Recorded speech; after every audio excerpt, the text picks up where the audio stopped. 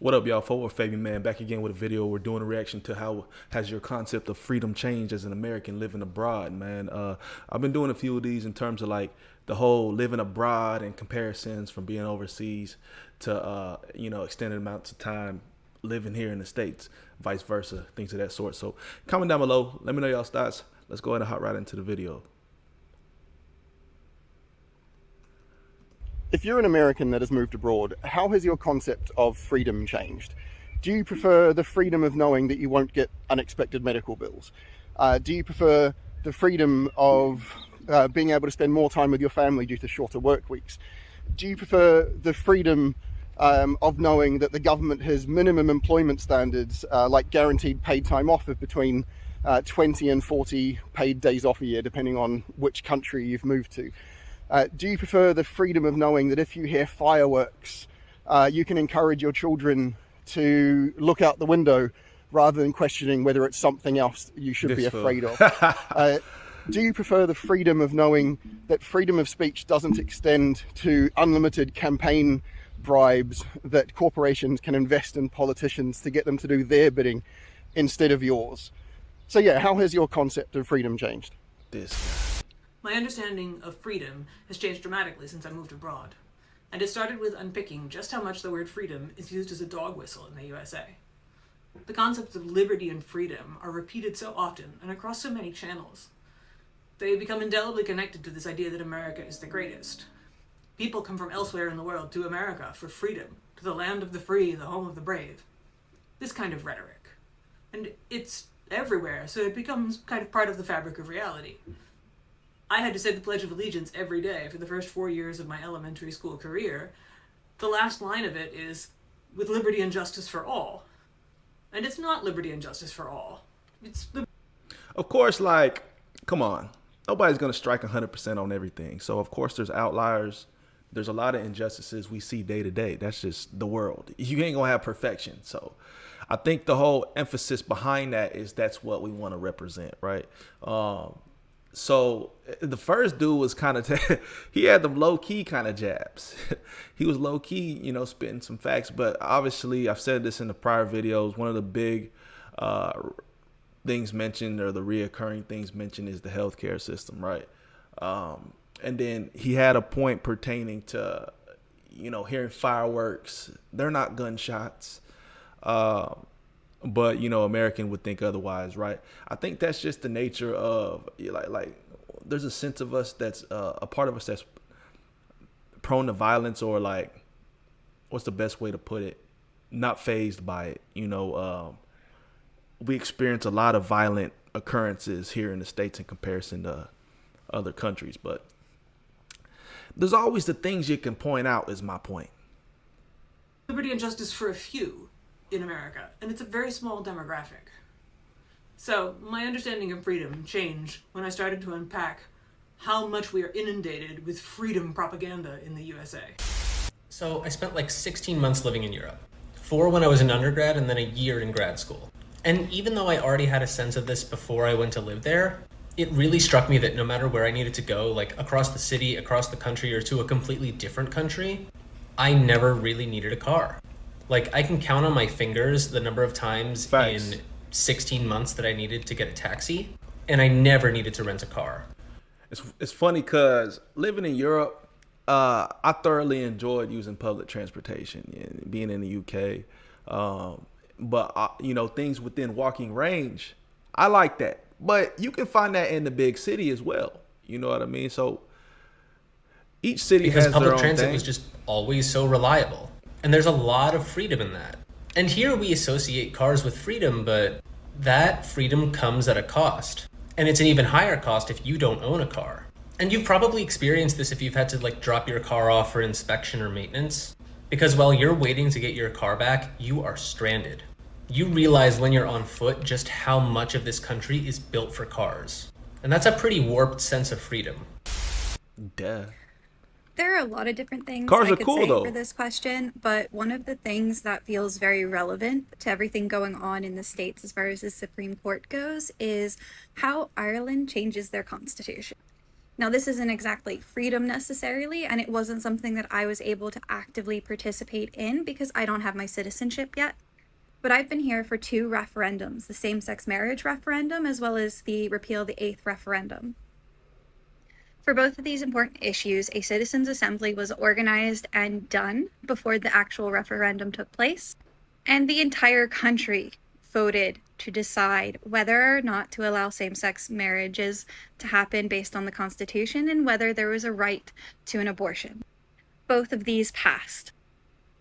This type of direct democracy was incredibly refreshing to experience.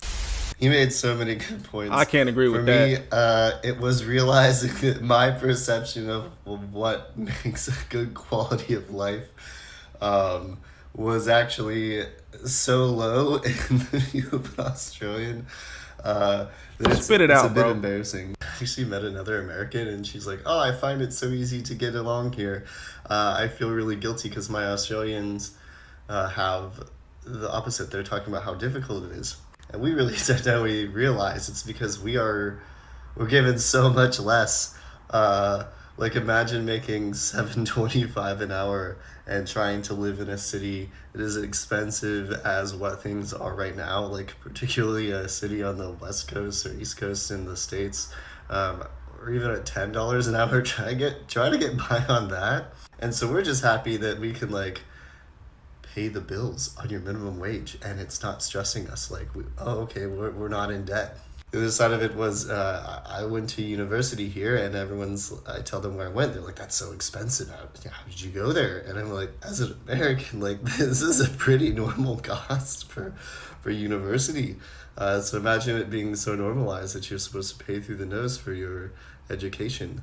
And then the last thing was the time off. Like, I already work in a good industry in project management here, but I took on another job just because I was impressed by the wages in hospitality.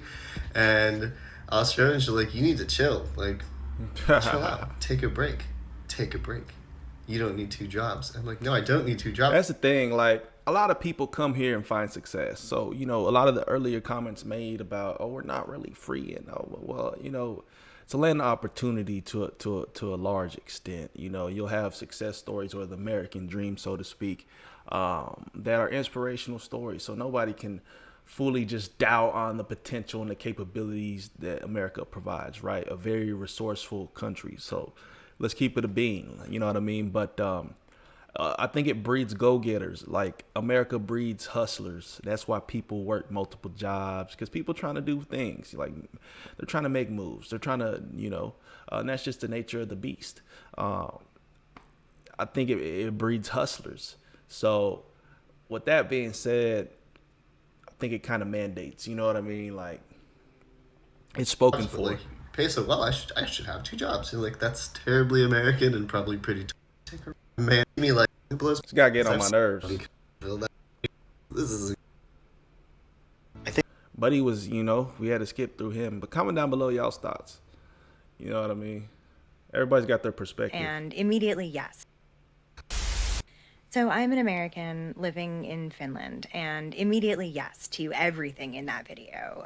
Yes to the freedom of no longer fearing gun violence, no longer fearing medical bills, having labor rights and workers' rights and a livable minimum wage. All of that, absolutely. But I think for me, the biggest freedom that I enjoy as an American living not in America is the freedom from the fear of sexual violence and the freedom from rape culture and the daily sexual violence that I experienced in America. And I lived in big, liberal, progressive cities like Boston and San Francisco, and every time I left the house, I was catcalled, I was grabbed, I was sexually assaulted. I have experienced daily sexual violence for the entirety of my life that I can remember in America. And when I moved to Finland, and for the first couple of months that I lived here, was living in Helsinki, and I never never once felt afraid to walk in any part of the city at any time, day or night, wearing any amount of clothing, including in the summer when I was wearing shorts and a tank top. And I never once was sexualized or harassed or catcalled or made to feel like a sexual object. And I think that is a freedom that I didn't even imagine being possible. And that is the freedom that I am most grateful for having left America. Let me introduce you to my medical box. What? As an international student on a student visa in the UK, I pay £470 as my immigration healthcare surcharge fee. That means over the course of the 6 years that I've lived here, I've paid a total of £2,820 for my healthcare. And that's it. There's been no prescription costs, there's been no emergency hospitalization costs, and I've had to use all of the healthcare a lot.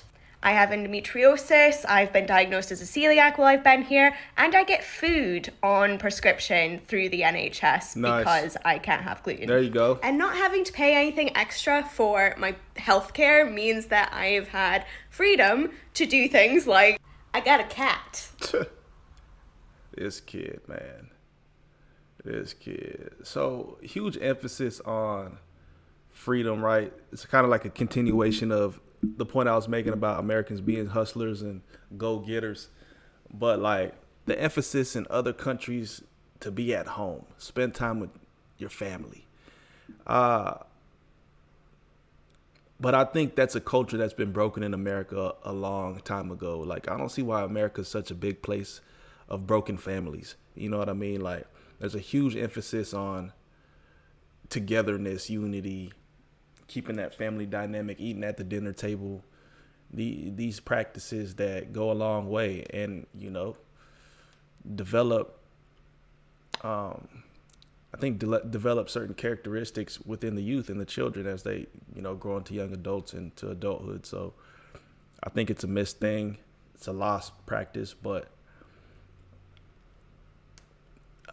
it generates a certain sense of peace and a certain sense of community, you know, amongst people. And it's I think it's healthy. It's naturally healthy for us as people. So comment down below.